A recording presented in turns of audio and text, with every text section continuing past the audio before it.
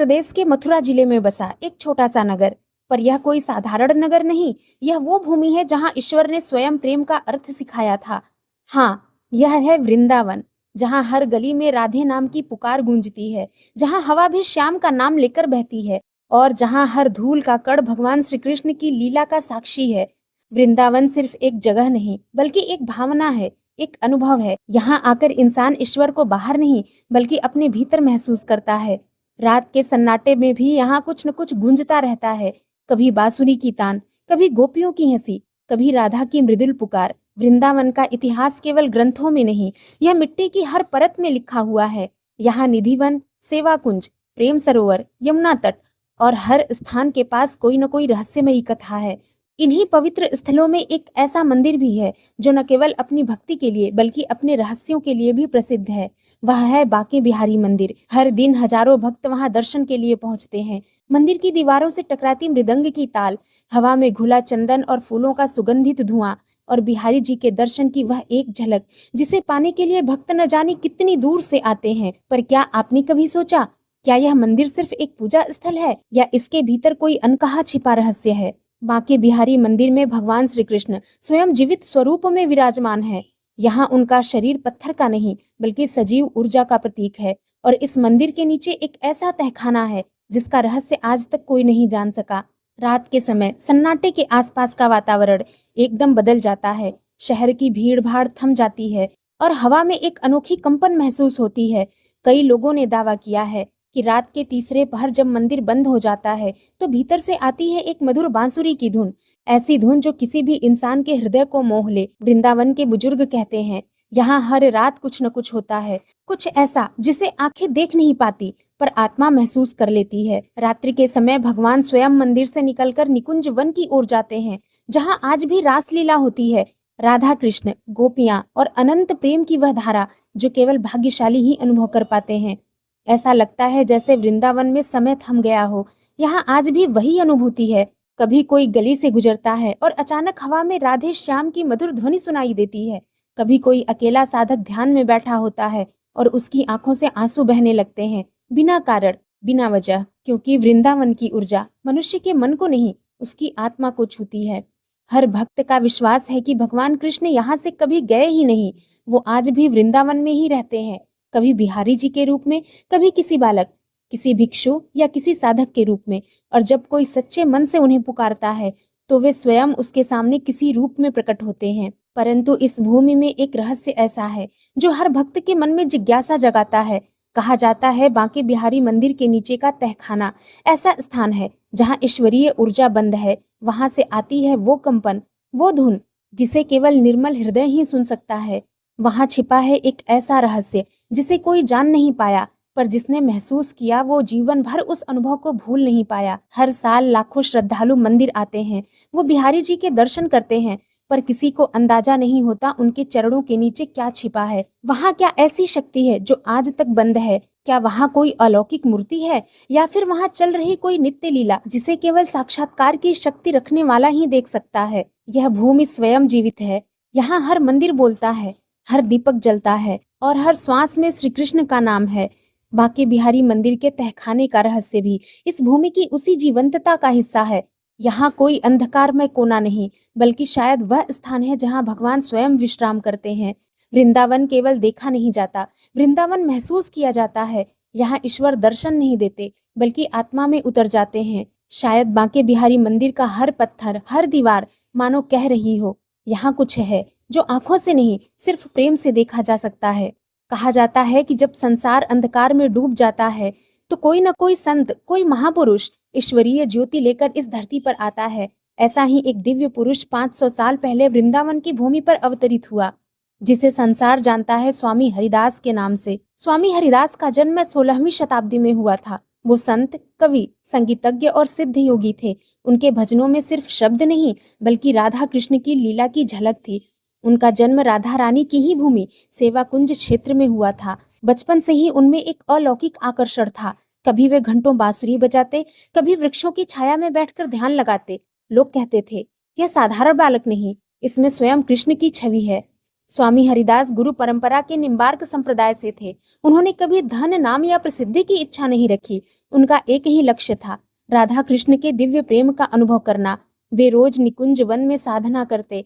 वृंदावन की वो हरियाली, यमुना की लहरें और हवा में घुली बांसुरी की धुन मानो उनकी आत्मा का हिस्सा बन चुकी थी। स्वामी हरिदास की बांसुरी में ऐसी शक्ति थी जिसे सुनकर मोर नाचने लगते, हिरण ठहर जाते और पेड़ पौधे तक झूम उठते। उनके संगीत में केवल सुर नहीं बल्कि भक्ति का स्पंदन था। वो कहते थे, मेरी बांसुरी केवल स्वर नहीं निकालती, यह तो मेरे हृदय की पुकार है जो सीधे राधा कृष्ण तक जाती है। एक दिन उनके शिष्य व्यास जी और गोस्वामी जी अपने गुरु से बोले, गुरुदेव, हम रोज देखते हैं जब आप साधना करते हैं तो वातावरण बदल जाता है। कभी फूलों की वर्षा होती है, कभी हवाएं रुक जाती हैं। कृपया हमें बताइए कि आप किसका ध्यान करते हैं। स्वामी हरिदास मुस्कुराए, मैं किसी का ध्यान नहीं करता, मैं तो उस प्रेम का अनुभव करता हूँ जिसमें राधा और कृष्ण एक हैं। भारत भूमि में असंख्य मंदिर हैं। हर मंदिर में आरती होती है, सुबह मंगला आरती, दोपहर की भोग आरती और रात की शयन आरती। लेकिन वृंदावन का एक मंदिर ऐसा है जहाँ प्रभात होते ही आरती की जगह मौन और रहस्य छा जाता है। हाँ, वही मंदिर, बांके बिहारी मंदिर, जहाँ भगवान स्वयं सोते हैं, स्वयं जागते हैं और अपने भक्तों से आंखों ही आंखों में संवाद करते हैं। आखिर क्यों नहीं होती यहाँ मंगला आरती? क्या यह केवल परंपरा है या कोई दिव्य कारण? इस प्रश्न का उत्तर सदियों की पुरानी कथा में छिपा है, जो सीधा जुड़ा है स्वामी हरिदास और बांके बिहारी स्वरूप से। जब भगवान राधा कृष्ण ने एक ही रूप में प्रकट होकर स्वामी हरिदास को दर्शन दिए तो उन्होंने कहा था, हरिदास, हमारा यह स्वरूप बहुत कोमल है। यह दिव्य आलोक मानव शरीर के लिए असहनीय होगा, इसलिए हमारे दर्शन दिन के कुछ विशेष समयों में ही कराया जाए। स्वामी हरिदास ने अपने शिष्यों से कहा, प्रभु स्वयं विश्राम करते हैं, स्वयं जागते हैं, उनकी नींद, उनका ध्यान सब जीवंत है। इसलिए जब वे सो रहे हों तब कोई उन्हें जगाने का साहस ना करे। इसीलिए आज तक बांके बिहारी मंदिर में कभी मंगला आरती नहीं की जाती, क्योंकि यहाँ भगवान को सुबह जगाने का अधिकार केवल उनके अपने प्रेम से भरे भावों को है, घंटियों या शंखों के शोर से नहीं।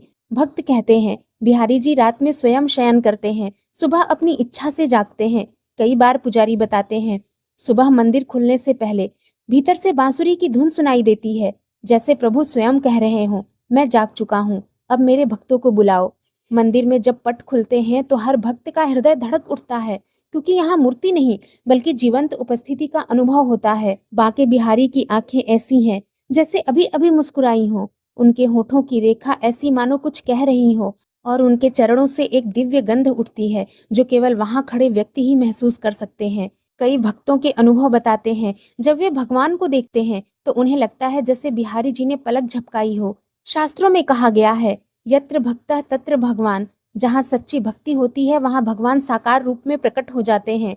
वृंदावन के संत कहते हैं, बांके बिहारी किसी के मूर्तिमान नहीं, वे स्वयं सजीव विग्रह हैं।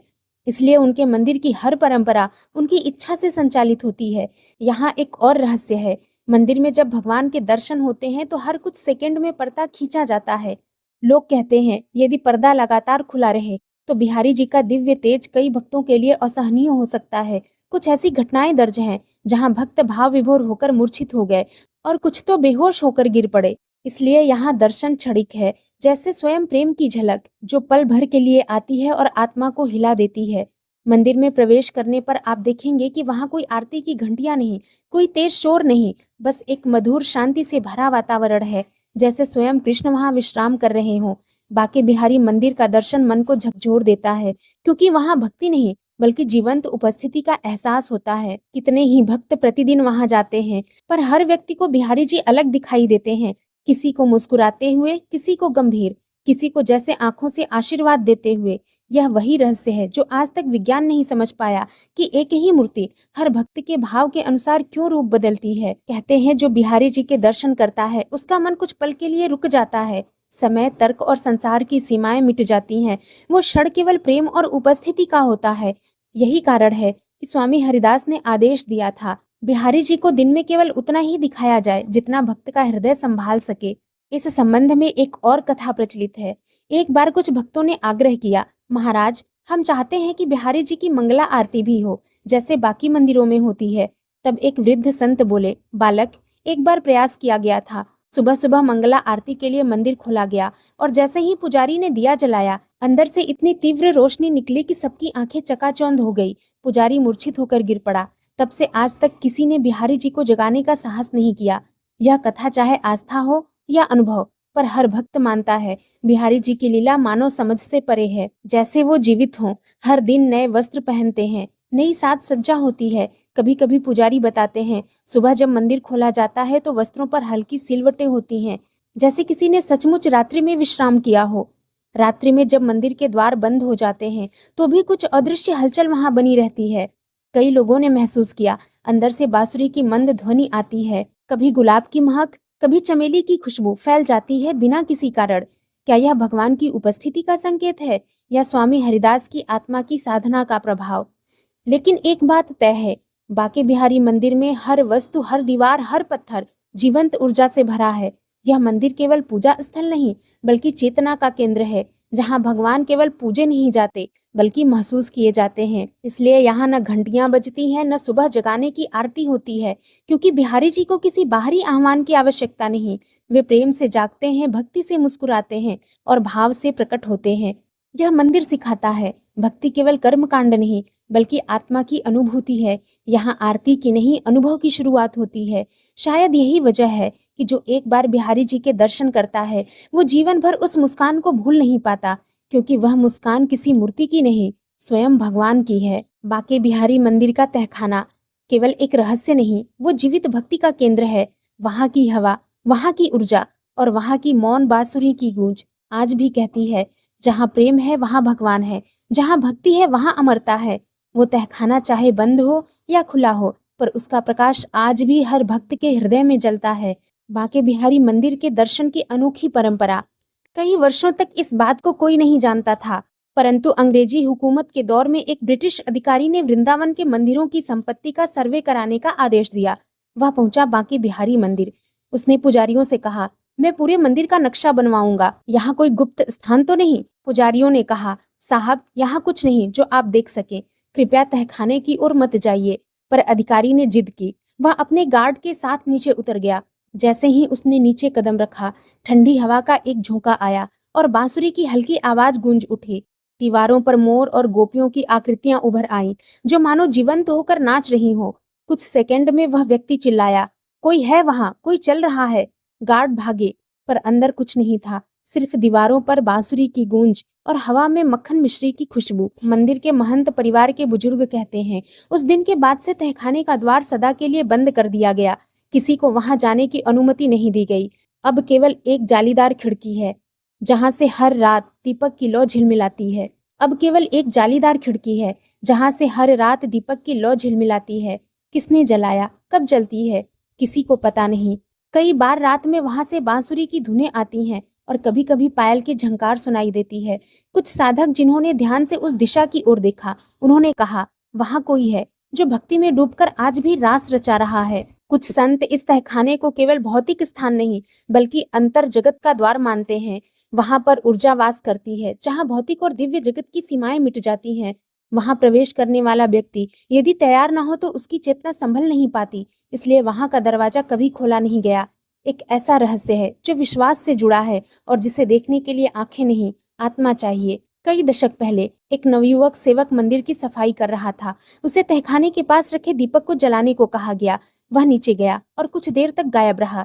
जब पुजारी नीचे पहुंचे तो वो जमीन पर बेहोश पड़ा था। उसने होश में आते ही कहा, मैंने देखा, दीवार से प्रकाश निकल रहा था और वहां एक बांसुरी अपने आप बज रही थी। उस दिन के बाद वह सेवक फिर कभी मंदिर के गर्भगृह की ओर नहीं गया।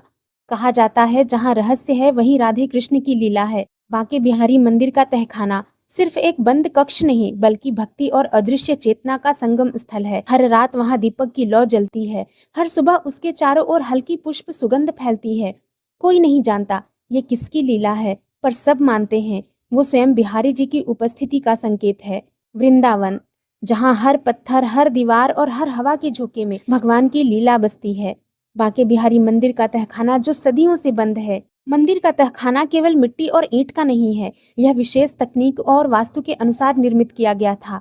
तहखाने की दीवारें इतनी मोटी हैं कि सामान्य प्रकाश और ध्वनि वहां नहीं पहुंच सकती। फर्श में विशेष पत्थर बिछाए गए हैं जो ऊर्जा के प्रवाह को नियंत्रित करते हैं।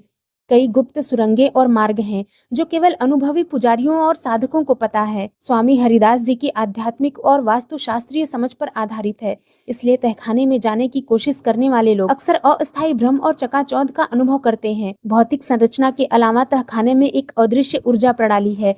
स्वामी हरिदास जी ने वहाँ प्रेम और भक्ति से युक्त यंत्र स्थापित किया था। यह यंत्र केवल भक्ति करने वाले की ऊर्जा को महसूस करता है। यदि कोई व्यक्ति प्रेम और भक्ति के बिना प्रवेश करता है तो वहाँ की ऊर्जा उसे चेतावनी देती है, कभी दृश्य भ्रम, कभी अदृश्य ध्वनि। संतों का कहना है कि इस ऊर्जा की शक्ति इतनी प्रबल है कि समय और स्थल की सीमाएं यहाँ असार हो जाती हैं। यही कारण है कि तहखाने में कोई सामान्य व्यक्ति नहीं जा सकता। जो भक्त तहखाने के पास ध्यान में रहता है। जब स्वामी हरिदास जी ने यह तहखाना बनवाया, उन्होंने केवल दीवारें और फर्श नहीं बनाए, बल्कि ईश्वर की उपस्थितियों को स्थायी रूप से स्थापित किया। एक बार एक पुजारी ने देखा, तहखाने के अंदर हल्की रोशनी खुद ब खुद बढ़ रही थी। दूसरी बार जब भक्त ने महसूस किया कि बांसुरी की धुन उसके चारों ओर गूंज रही थी और वहां कोई नहीं था। तीसरी घटना में एक साधक ने गहरी साधना की और उसने देखा कि इस दिव्य रूप में बिहारी जी उनके सामने खड़े हैं। ये घटनाएं केवल कथा नहीं, बल्कि आध्यात्मिक सत्य है। यह बताती है कि तहखाने में जो शक्ति है वह केवल भौतिक नहीं, बल्कि चेतना और प्रेम की शक्ति है। कुछ आधुनिक शोधकर्ताओं ने भी बांके बिहारी मंदिर की संरचना और वातावरण का अध्ययन किया। उन्होंने पाया कि तहखाने की भौतिक संरचना ध्वनि और प्रकाश को नियंत्रित करती है। कुछ जैविक और रासायनिक परीक्षणों में पाया गया कि वहाँ की मिट्टी और पत्थरों में प्राकृतिक घनत्व और ऊर्जा का संतुलन है। वैज्ञानिक तथ्यों और आध्यात्मिक अनुभवों का संगम यहाँ अद्भुत है। भौतिकता केवल उपकरण है और आध्यात्मिक ऊर्जा ही मुख्य है। बांके बिहारी मंदिर का तहखाना हमें सिखाता है, भक्ति केवल दर्शन या पूजा नहीं है, बल्कि अनुभव और प्रेम है। रहस्य केवल छिपा हुआ स्थान नहीं, बल्कि ऊर्जा और चेतना का मिश्रण है। जो लोग सच्चे हृदय से प्रेम करते हैं, उन्हें अदृश्य चमत्कार दिखाई देते हैं। कहा जाता है वहाँ ऐसी ऊर्जा है जो केवल अनुभूति से समझी जा सकती है, शब्दों से नहीं। हर भक्त बिहारी जी के दर्शन के लिए मंदिर में आता है, पर बहुत कम लोग जानते हैं कि मंदिर के नीचे एक गुप्त तहखाना मौजूद है, जिसके द्वार वर्षों से बंद हैं। कई बार उस दरवाजे के पास भक्तों ने सुनी है मंद बांसुरी की धुन, और कभी कभी आती है एक दिव्य सुगंध जो पूरे वातावरण को भक्ति में भिगो देती है। यह तहखाना उस समय बनाया गया था जब स्वामी हरिदास ने बांके बिहारी जी का स्वरूप प्रकट कराया था। वो जानते थे कि यह रूप सामान्य नहीं है, यह सजीव विग्रह है जिसकी ऊर्जा इतनी प्रबल है कि समय और स्थान की सीमाएं पार कर सकती हैं। इसलिए उन्होंने इस दिव्य रूप की रक्षा के लिए मंदिर के नीचे एक गुप्त साधना स्थल तैयार करवाया। स्वामी हरिदास ने कहा था, जब तक इस मंदिर में प्रेम की ऊर्जा सजीव रहेगी, तब तक बिहारी जी की उपस्थिति यहाँ बनी रहेगी। पर जब मानव का मन सांसारिकता में उलझ जाएगा, तब इस ऊर्जा को सुरक्षित रखने के लिए यह तहखाना बंद कर दिया जाएगा। इसके संबंध में एक कथा प्रचलित है। कई सौ साल पहले एक रात मंदिर में अजीब घटना होने लगी। मंदिर की दीवारों से रोशनी झरने लगी, मृदंग अपने आप बजने लगा और पूरा वातावरण बांसुरी की धुन से भर गया। पुजारी जब भागते हुए अंदर पहुंचे, तब उन्होंने देखा बांके बिहारी जी की मूर्ति से प्रकाश की लहरें निकल रही थी और वो प्रकाश सीधे नीचे भूमिगत तहखाने की दिशा में जा रहा था। अगले दिन सुबह स्वामी हरिदास के शिष्यों ने कहा, गुरुदेव, प्रभु का तेज असहनीय होता जा रहा है। हमें लगता है कि कुछ छुपा हुआ संदेश है। स्वामी हरिदास ने शांत भाव से कहा, प्रभु का एक अंश इस भूमि के भीतर स्थापित होगा, उसका संरक्षण आवश्यक है। और उसी दिन उन्होंने मंदिर के नीचे एक विशेष कक्ष का निर्माण शुरू करवाया, जहां उन्होंने अपनी साधना से वह दिव्य ऊर्जा स्थापित की। वो तहखाना केवल ईंट और पत्थर का नहीं था, उसके भीतर हर दीवार पर संस्कृत में लिखे मंत्र अंकित किए गए थे। मध्य भाग में एक यंत्र स्थापित किया गया था, जिसे प्रेम शक्ति यंत्र कहा गया। उस यंत्र से निकलने वाली ऊर्जा आज भी मंदिर के ऊपर तक फैलती है, और यही कारण है कि हर भक्त बिहारी जी के दर्शन करते ही एक अजीब कंपन महसूस करता है। समय बीता। स्वामी हरिदास ने अपने अंतिम दिनों में कहा, जब मैं इस शरीर को त्याग दूंगा, मेरी साधना यहीं इस तहखाने में जारी रहेगी। मेरा शरीर विलुप्त हो जाएगा, पर मेरी चेतना इस स्थान से कभी नहीं जाएगी। और सच में स्वामी हरिदास के देह त्याग के बाद उनको कोई शरीर नहीं मिला, बस मंदिर के नीचे की दिशा में हल्की चंदन की सुगंध फैली रही। आज भी कई संत मानते हैं कि उस तहखाने में स्वामी हरिदास की चेतना विद्यमान है। वह अब भी वहां साधना कर रहे हैं, भले ही अदृश्य रूप में। कई बार रात के तीसरे पहर जब मंदिर में सन्नाटा होता है, तो वहां से आती है एक मृदंग की धुन और कभी कभी किसी की धीमी आवाज, जैसे कोई भजन गा रहा हो। ललित ललित बिहारी लाल, वृंदावन के बुजुर्ग पुजारी कहते हैं, हम कभी कभी महसूस करते हैं कि मंदिर के फर्श के नीचे हल्की थरथराहट होती है, जैसे कोई गहरा कंपन। वो दिव्य ऊर्जा है जो उस तहखाने में अब भी सक्रिय है। कई बार रात में वहां से हल्की रोशनी निकलती हुई भी देखी गई है। वो बिहारी जी की उपस्थिति का संकेत है। लेकिन इस तहखाने के द्वार को अब तक कभी खोला नहीं गया, क्योंकि परंपरा कहती है जो वहां प्रवेश करेगा वो इस जगत में लौटकर नहीं आएगा। यह कोई डर नहीं, बल्कि एक आध्यात्मिक सत्य है, क्योंकि वहां की ऊर्जा मानव शरीर की सीमाओं से परे है। वो ऊर्जा केवल प्रेम और भक्ति से ही झेली जा सकती है। सन 1902 में एक बार मंदिर की मरम्मत के दौरान कुछ पुजारियों ने गलती से तहखाने का द्वार थोड़ा खोल दिया था। अंदर से एक तेज प्रकाश निकला और पास खड़े एक व्यक्ति की आंखें कुछ समय के लिए दृष्टिहीन हो गईं। उस घटना के बाद मंदिर के वरिष्ठ संतों ने आदेश दिया, अब यह द्वार सदा के लिए बंद रहेगा। कई बार पुरातत्व विभाग ने भी इस तहखाने का रहस्य जानने की कोशिश की, पर हर बार कुछ अनजानी रुकावटें आईं।